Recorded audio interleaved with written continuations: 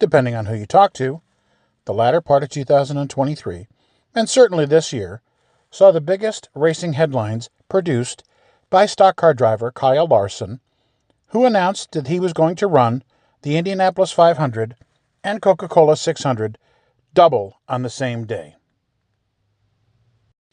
But way back when, in the 40s and 50s, when open-wheel racing was popular and stock cars were just catching on, drivers would hop into both. And though there's been crossovers down through the years, such as road course ringers and the like, how has that fared for Indy drivers or open-wheel competitors to come over and run stock cars? Well, we'll take a look at that here on Stock Car Facts. Thanks for tuning in today for another new and exciting episode from Stock Car Facts, which we try to post every Tuesday at about noon, or you can watch some of our previous episodes. Here at Stock Car Facts, we would really love to recreate the race day sights, smells, and sounds that we first experienced for ourselves in 1974 at Michigan International Speedway. But unfortunately, that's not possible here. However, we can do the next best thing in that we can share with you what happened at these events, and we can talk to those people who created those memories. Or, those facts. So we'd appreciate it if you sit back and relax and enjoy this latest episode today of Stock Car Facts with me, your host, Kevin Schwarzy. Oh, and by the way, later, you'll have a chance to comment on this content. And, if you haven't already, please hit the like button as well as the follow bell to be notified of brand new shows right here. And we'd appreciate it if you'd share this on all of your social media platforms. Thank you. Today on Stock Car Facts, true competitors want to race anything. What difference does it make if it's got fenders or not? So, an open wheel guy would want to try a stock car. Stock car guy want to try an open wheel car. Well, except for the king, Richard Petty, who stated in interviews many times when asked why he didn't want to try other forms of motorsports, that he'd like to stick with what he knew best. That makes sense. Looks like it worked for him. When it comes to crossover, as far as stock car drivers go, Donnie Allison was the most successful, because in 1970, he won the World 600 on the 24th of May, and then he finished fourth at the Indianapolis 500, May 30th.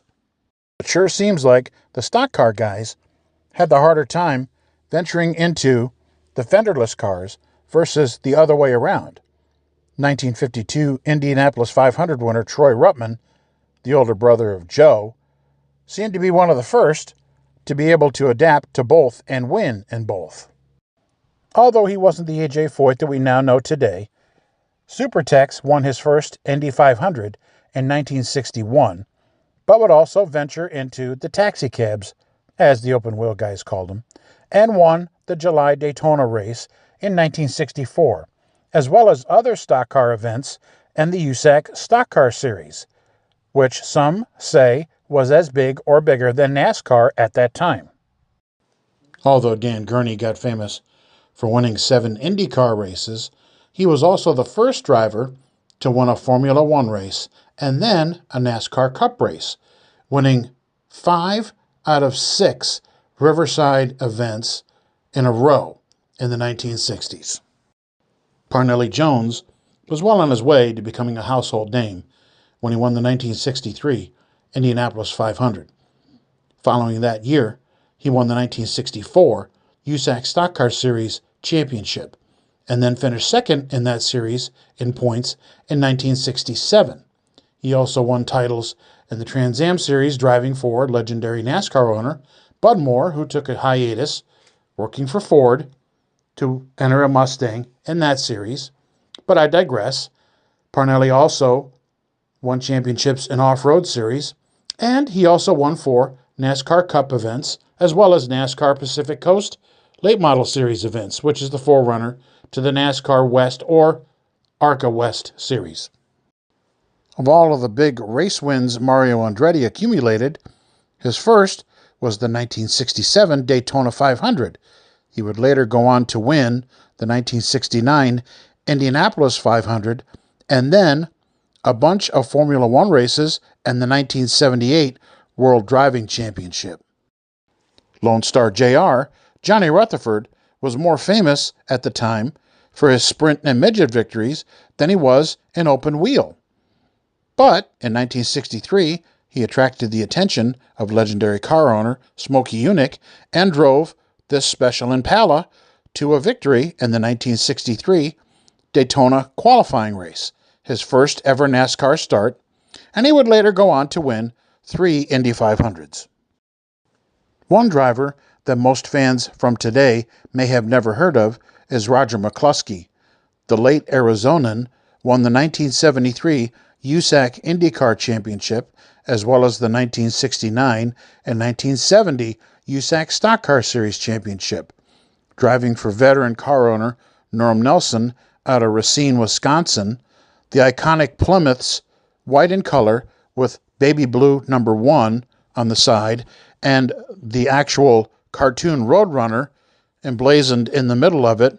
McCluskey won 23 races over the course of 8 seasons in the USAC Stock Car Series.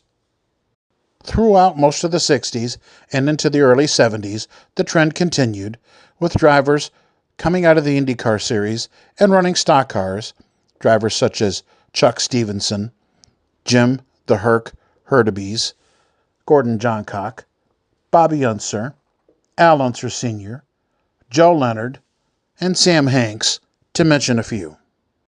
That trend continued on into the early 1970s through Captain Nice, or better known as Mark Donohue, who teamed up with iconic owner Roger Penske to win in just about everything they entered, including Trans Am, the 1972 Indy 500, and the opening race of the NASCAR Cup season in January of 1973 in the iconic Matador number 16.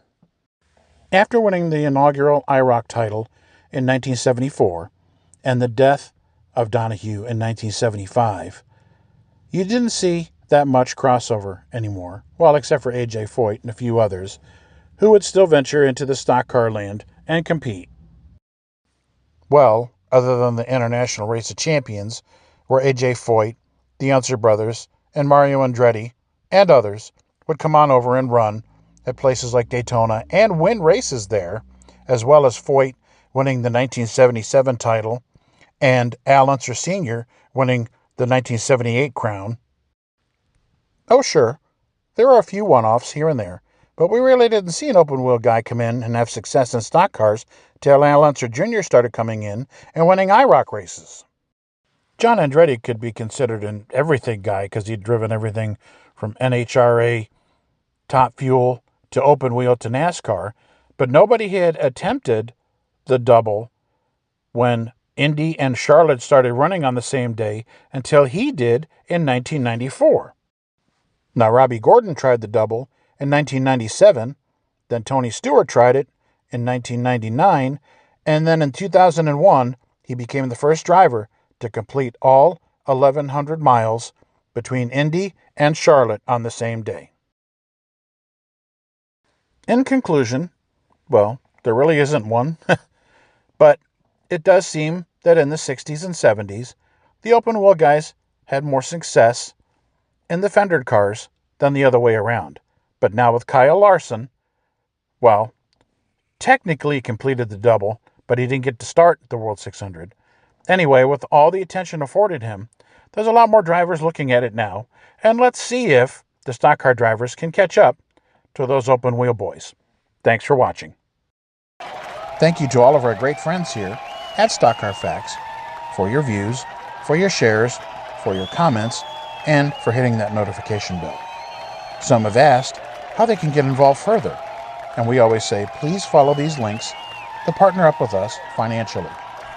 When you do, we'll send you some really cool racing swag and souvenirs that we've accumulated over the years. Either way, thank you for your support, and we'll see you here on Tuesdays around noon. As always, special thanks to a true racer and friend of this page, Mark Wright. As well, we haven't given enough props to Brian Norton, who has gone above and beyond to make Stock Car Facts a definite better channel.